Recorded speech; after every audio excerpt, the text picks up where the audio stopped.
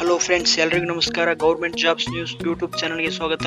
ಈ ವಿಡಿಯೋ ನೋಡೋಕೆ ಮುಂಚೆ ನಮ್ಮ ಯೂಟ್ಯೂಬ್ ಚಾನಲ್ ಸಬ್ಸ್ಕ್ರೈಬ್ ಮಾಡಿ ಮತ್ತು ಬೆಲ್ ಬಟನ್ ಅನ್ನು ಕ್ಲಿಕ್ ಮಾಡಿ ಅಲ್ಲಿ ಆಲ್ ಎಂಬ ಆಪ್ಷನ್ ಅನ್ನು ಸೆಲೆಕ್ಟ್ ಮಾಡಿಕೊಳ್ಳಿ. ಹಾಯ್ ಫ್ರೆಂಡ್ಸ್, ಕರ್ನಾಟಕ ರಾಜ್ಯದಲ್ಲಿ ಖಾಲಿ ಇರುವಂಥ ಪ್ರಾಥಮಿಕ ಮತ್ತು ಪ್ರೌಢಶಾಲೆಗಳಲ್ಲಿ ಶಿಕ್ಷಕ ಹುದ್ದೆಗಳ ನೇಮಕಾತಿಗಾಗಿ ಒಟ್ಟು 10,000 ಶಿಕ್ಷಕರ ಹುದ್ದೆಗಳ ಭರ್ತಿಗೆ ಕುರಿತಂತೆ ಹಣಕಾಸು ಇಲಾಖೆಗೆ ಶಾಲಾ ಶಿಕ್ಷಣ ಮತ್ತು ಸಾಕ್ಷರತಾ ಇಲಾಖೆಯು ಪ್ರಸ್ತಾವನೆ ಸಲ್ಲಿಸಲಾಗಿದೆ. ಈ ಪ್ರಸ್ತಾವನೆಯಲ್ಲಿ ಒಟ್ಟು 7,500 ಹುದ್ದೆಗಳನ್ನು ಪ್ರೈಮರಿ ಟೀಚರ್ಸ್ ನೇಮಕಾತಿಯಾಗಿ ಮಾಡಿಕೊಳ್ಳಲಾಗುತ್ತದೆ ಎಂದು ಈ ಹಿಂದೆ ತಿಳಿಸಲಾಗಿತ್ತು. ಅದರಂತೆ ಇನ್ನೂ ಹೆಚ್ಚಿನ ಮಾಹಿತಿಗಾಗಿ 7,500ರಲ್ಲಿ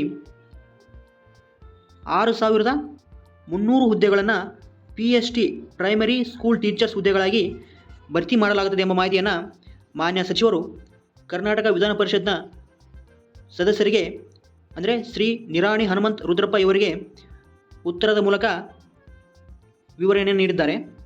ಆ ವಿವರಣೆಯ ಪ್ರಕಾರ ನೋಡೋದಾದರೆ, ಸರ್ಕಾರಿ ಪ್ರಾಥಮಿಕ ಶಾಲೆಗಳಲ್ಲಿ ಖಾಲಿ ಇರುವಂಥ 7,500 ಹುದ್ದೆಗಳ ಪೈಕಿ PST 1ರಿಂದ 5ನೇ ತರಗತಿ ವೃಂದದ 6,300 ಹುದ್ದೆಗಳನ್ನು ಒಳಗೊಂಡಂತೆ ಸರ್ಕಾರದ ಪ್ರೌಢಶಾಲೆಗಳಲ್ಲಿ ಅಂದರೆ ಖಾಲಿ ಇರುವಂಥ ಅಂದರೆ HSTR ಹುದ್ದೆಗಳು ಎಷ್ಟು ಅಂದರೆ 2,500 ಹುದ್ದೆಗಳು. ಒಟ್ಟಾರೆ 10,000 ಶಿಕ್ಷಕರ ಹುದ್ದೆಗಳನ್ನು ನೇಮಕಾತಿ ಮಾಡಿಕೊಳ್ಳುವ ಪ್ರಸ್ತಾವನೆಯನ್ನು ಆರ್ಥಿಕ ಇಲಾಖೆಗೆ ಸಲ್ಲಿಸಲಾಗಿರುತ್ತದೆ ಎಂದು ಮಾಹಿತಿಯನ್ನು ನೀಡಿದ್ದಾರೆ. ಈ ಮಾಹಿತಿಯ ಪ್ರಕಾರ ಒಟ್ಟು 10,000ರಲ್ಲಿ 2,500 HSTR, ಅದೇ ರೀತಿಯಾಗಿ ಉಳಿದ 7,500 ಹುದ್ದೆಗಳು ಪ್ರಾಥಮಿಕ ಶಿಕ್ಷಕರ ನೇಮಕಾತಿಗಾಗಿ. ಅದರಲ್ಲಿ ಕೂಡ 6,300 ಹುದ್ದೆಗಳನ್ನು PST ಅಂದರೆ ಇವರನ್ನು ನೇಮಕಾತಿ ಮಾಡಿಕೊಳ್ಳಲಾಗುತ್ತದೆ ಎಂದು ತಿಳಿಸಲಾಗಿದೆ. ಈ PST ಹುದ್ದೆಗಳು ಬಹಳ ದಿನಗಳಿಂದ ನೇಮಕಾತಿ ಆಗಿರಲಿಲ್ಲವಾದ್ದರಿಂದ ಅನೇಕ ಶಿಕ್ಷಕರ ಕೊರತೆಯನ್ನು, ಅದರಲ್ಲೂ ಪ್ರಮುಖವಾಗಿ ಕಲ್ಯಾಣ ಕರ್ನಾಟಕದ ಭಾಗದಲ್ಲಿ ಈ ಹುದ್ದೆಗಳು ಬಹಳ ಖಾಲಿವೆ. ಆದ್ದರಿಂದ ಶಿಕ್ಷಣ ಇಲಾಖೆ ಒಟ್ಟು 6,300 ಹುದ್ದೆಗಳನ್ನು ಈ PST ಹುದ್ದೆಗಾಗಿ ತೆಗೆದಿಟ್ಟಿದೆ.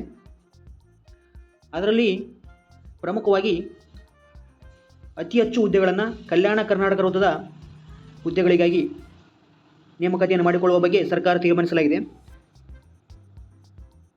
ಈ PST ವೃತ್ತದ ಹುದ್ದೆಗಳಿಗೆ ವಿದ್ಯಾರ್ಹತೆ ನೋಡೋದಾದರೆ PUC ಮತ್ತು D.Ed ಮಾಡಿರುವಂಥ ಅಭ್ಯರ್ಥಿಗಳಿಗೆ ಮತ್ತು ಪೇಪರ್ 1 TETಯನ್ನು ಪಾಸಾದಂಥ ಅಭ್ಯರ್ಥಿಗಳು ಈ ವೃಂದದ ಹುದ್ದೆಗಳಿಗೆ ಅರ್ಜಿಯನ್ನು ಸಲ್ಲಿಸಬಹುದಾಗಿದೆ. ಆದರೆ B.Ed ಮಾಡಿ ಪೇಪರ್ 1 ತೇರ್ಗಡೆ ಆಗಿರುವಂಥ ಅಭ್ಯರ್ಥಿಗಳು ಕೂಡ ಈ ಹುದ್ದೆಗಳಿಗೆ ಅರ್ಜಿಯನ್ನು ಸಲ್ಲಿಸಬಹುದಾ ಎಂಬ ಕುರಿತು ಅನೇಕ ಚರ್ಚೆಗಳು ನಡೆಯುತ್ತಿವೆ ಎಂಬ ಮಾಹಿತಿ ಇದೆ. ಯಾಕಂದರೆ ಮೊನ್ನೆ ತಾನೇ ನಡೆದಂಥ ಪರೀಕ್ಷೆಯಲ್ಲಿ B.Ed ಅಭ್ಯರ್ಥಿಗಳಿಗೂ ಕೂಡ ಪೇಪರ್ 1 ಬರೆಯಲು ಕರ್ನಾಟಕ ಸರ್ಕಾರ ಅನುಮತಿಯನ್ನು ನೀಡಿತ್ತು. ಸೊ ಈ ಪ್ರಕಾರ ನೋಡೋದಾದರೆ B.Edಅನ್ನು ಅಭ್ಯಾಸ ಮಾಡಿ ಪೇಪರ್ 1ನಲ್ಲಿ ತೇರ್ಗಡೆ ಆಗಿರುವಂಥ ಅಭ್ಯರ್ಥಿಗಳು ಕೂಡ ಈ PST ವೃಂದದ ಹುದ್ದೆಗಳಿಗೆ ಕೂಡ ಅರ್ಜಿಗಳನ್ನು ಸಲ್ಲಿಸಲು ಸರ್ಕಾರ ಅನುಮತಿ ನೀಡುವಂಥ ಎಲ್ಲ ಸಾಧ್ಯತೆಗಳು ದಟ್ಟವಾಗಿದೆ ಎಂಬ ಮಾಹಿತಿ ಇದೆ. ಡಿಗ್ರಿ ಮಾಡಿ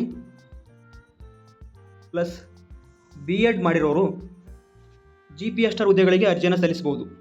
ಅದೇ ರೀತಿಯಾಗಿ PUC ಮತ್ತು D.Ed ಮಾಡಿ ಇವರು PST ಹುದ್ದೆಗಳಿಗೆ ಅರ್ಜಿಯನ್ನು ಸಲ್ಲಿಸಬಹುದು. ಅದೇ ರೀತಿಯಾಗಿ ಈ PUC ಮತ್ತು D.Ed ಮಾಡಿದವರು ಮುಂದೆ ಡಿಗ್ರಿಯನ್ನು ಮಾಡಿಕೊಂಡ್ರೆ ಅವರು ಕೂಡ GPSR ಹುದ್ದೆಗಳಿಗೆ ಅರ್ಜಿಯನ್ನು ಸಲ್ಲಿಸಬಹುದು. ಇದರಿಂದ ಏನಾಗುತ್ತೆ, ಇಲ್ಲಿ GPSR ಹುದ್ದೆಗಳಿಗೆ D.Ed ಮಾಡಿ ಡಿಗ್ರಿ ಮಾಡಿರುವಂಥ ಅಭ್ಯರ್ಥಿಗಳು ಕೂಡ ಅರ್ಜಿಯನ್ನು ಸಲ್ಲಿಸಬಹುದು.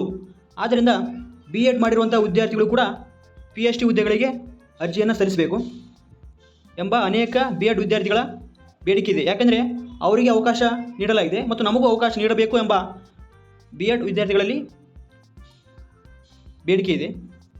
ಈ ಕುರಿತಂತೆ ಸರ್ಕಾರವು PST ಹುದ್ದೆಗಳಿಗೆ B.Ed ವಿದ್ಯಾರ್ಥಿಗಳನ್ನು ಕೂಡ ಪರಿಗಣಿಸುವ ಬಗ್ಗೆ ಸರ್ಕಾರ ತೀರ್ಮಾನಿಸಬೇಕು ಎಂಬ B.Ed ವಿದ್ಯಾರ್ಥಿಗಳ ಮನವಿಯನ್ನು ಮಾಡಿಕೊಳ್ಳಲಾಗುತ್ತದೆ.